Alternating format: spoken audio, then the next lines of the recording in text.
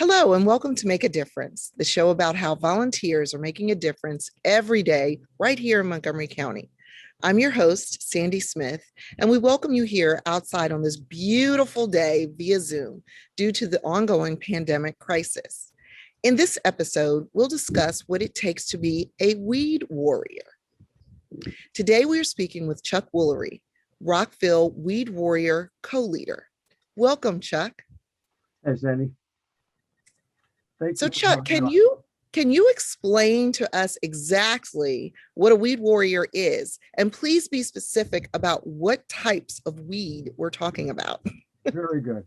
Yeah, word should mean something, and weed was probably the wrong word to choose. It's not really weeding, it's more like forest deforestation. We take out the bad guys. There's a non-native invasive species that are taking over our parks and our native areas and really hurting our ecosystems. And our goal is to go in and remove those and try to get more native plants to go. And it just so happens today is Extinction Animal Endangered Species Day. And I would like to say, well, people would disagree, that we're the endangered species because of the way we treat the environment. We have been so disconnected from it. And getting back into nature, trying to restore nature is what the weed warriors are all about. They're really a force of nature for nature. So are there specific weeds that in specific areas that we should be concerned about? Absolutely. Okay. We're targeting vines, first of all. Vines are the second largest cause of tree loss in Maryland. So if you're concerned about climate change, saving a tree is so much easier than planting a tree and waiting for it to grow to sequester the carbon. Right. And it also has so many implications in terms of our own health, our water quality, our air quality, our mental health. The number of trees in a neighborhood are directly related to how healthy people are mentally and other aspects of life. So protecting trees is big. So vines, there's right behind me is you'll see a Oriental bittersweet. That one is actually about a moderate, medium size. The one up on the other side of my head is a large specimen, probably 5 or 6 inches in diameter. These are not like weeding out of your garden. They require strength and saws and tools and then there's bush honeysuckle, which is not a vine, but it's one of the very prolific weed trees that grow along in nature. And when they lose their leaves in the fall, they usually, if it's near a creek, it'll go into the creek. And then those leaves decompose in the creek, deoxygenating the water, which kills the fish, the frogs, the turtles, and all the microorganisms that they feed on from here all the way to the bay. So removing these non-native invasives is a number one tactic we need as environmentalists to try to, as humans, to try to protect our basic infrastructure, which is nature. And so that's one infrastructure we forgot about. And we tend to distance ourselves from nature in so many ways, our houses, our cars, our offices, and to get back into nature, to get back into the woods is such a spiritual and really therapeutic thing. So that sounds really detailed and intricate. And for people like me that literally know nothing about plants or trees, I have a brown thumb when it comes to growing anything. How would one know what to get rid of? So in other words, is there any specific training that you need to be able to volunteer? Great question. So Montgomery County kind of led the nation in creating a Weed Warriors program. And there's about 600, maybe 700 of us now who've been trained. We go through an online training and then we take a test and then we go out on a field trip for once or twice. And we get certified, legally certified to go out and remove non-native invasives from the park. That's a real simple training. I mean, anybody can pass it. I passed it, and I suck at learning names. So it was easy. Don't get me on scientific names. I will learn basic names, and then I can deal with those. But so the training is very simple, very easy. And then you get they give you a good hat, a nice pair of leather gloves, and a license to kill. You can go out and it's a bragging right. You go out and you get pulled over by an officer. But anyway. Well, is it dangerous? The only danger is the poison ivy and the ticks. Ticks. Right. Yeah. There's one of my main targets is Japanese barberry. Many of us have it in our yards. It's a beautiful orange crimson bush, but it has 30 times the number of Lyme disease ticks as other shrubs. And so in the parks, it's taking over. It also acidifies the soil. So Japanese barberry is one that's been on my target list, and I really am very cautious about getting ticks, but occasionally I get one. But as long as you get them off within 24 hours, you're fine. And so far Okay. I've avoided that. And the other would maybe tool use, if somebody uses tools in property. But the biggest risk really is just getting to and from your site, driving, walking, however you're getting, or particularly on a bike. If you're going to a site, transportation is probably the most riskiest part of the job. And I'm assuming that you would explain to people what types of clothing they should wear, um, from shoes to hats to, I think long pants are supposed to help you.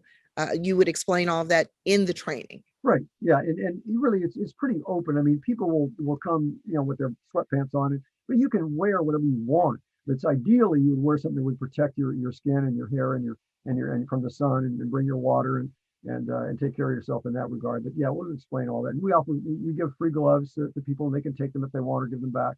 And we offer to bring the tools and teach them how to use that. And it's a pretty well thought out program. Okay, that's great.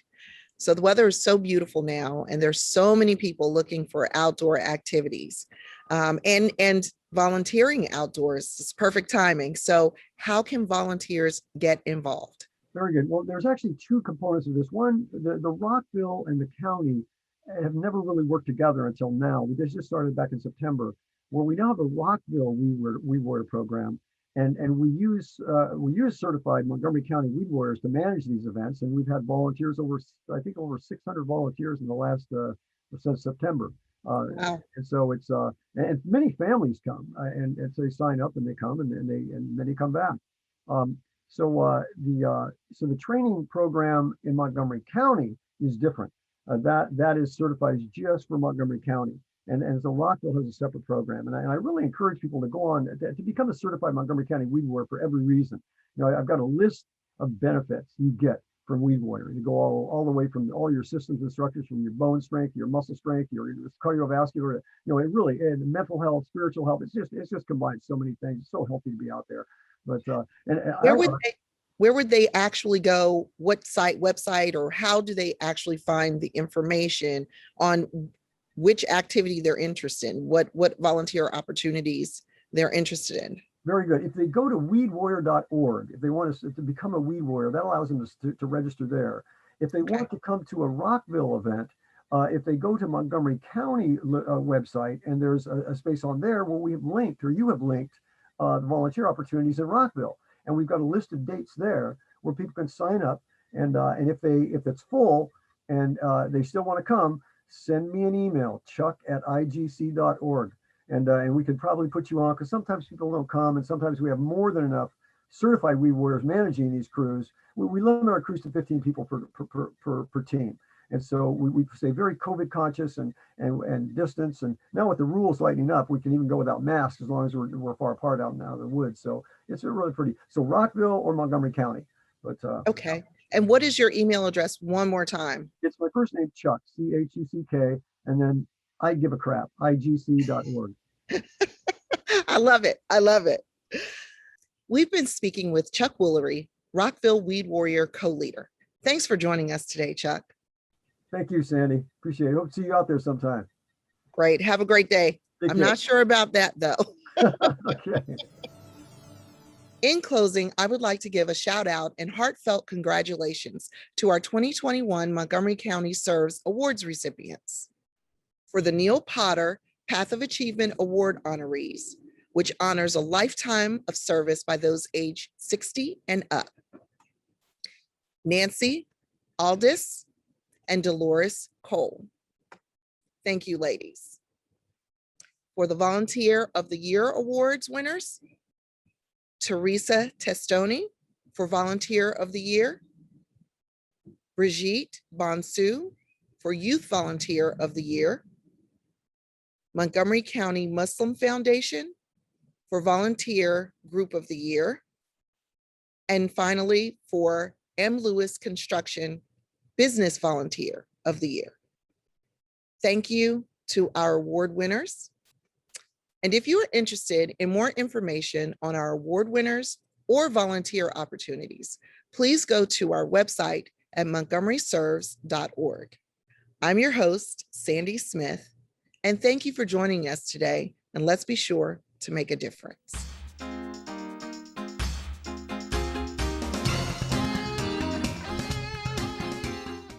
Roll over. When you adopt a shelter pet, you discover all the things that make them unique. And your mother. They're a little bit of a lot of things, but they're all pure love. Our fight against coronavirus isn't over. We still have to slow the spread and do our part. Let's wear face masks in public. Stay 6 feet or more from others. Follow state and local guidelines. Wash our hands frequently and stay home when we feel safe. For ourselves, for our loved ones, for our future. Let's move forward together.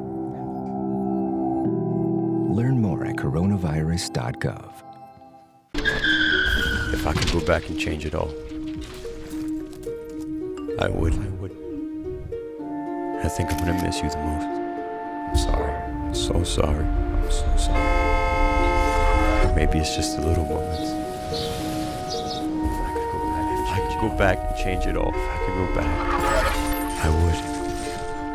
But I can't.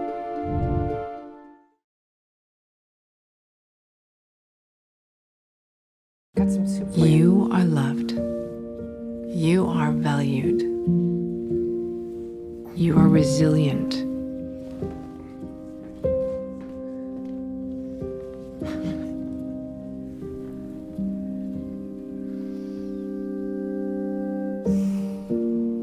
You got this. You're there for them. We're here for you. Find free care guides at aarp.org/caregiving.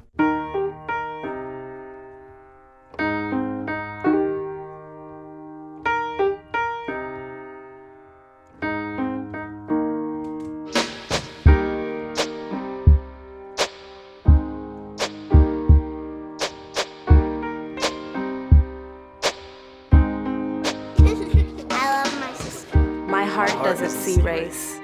Love is love.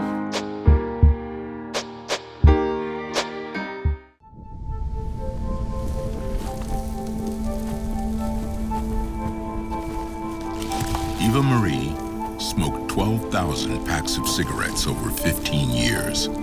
She quit, and now there's a new lung cancer screening that could save her life. You stopped smoking.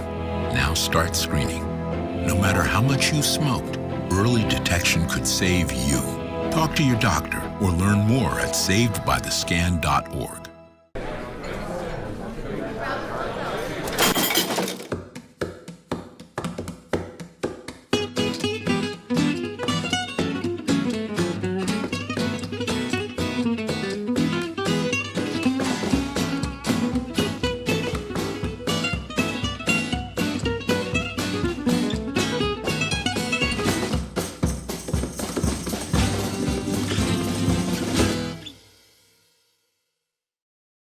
The COVID-19 vaccines can be our chance to get back to our plans, to get back to each other, to life.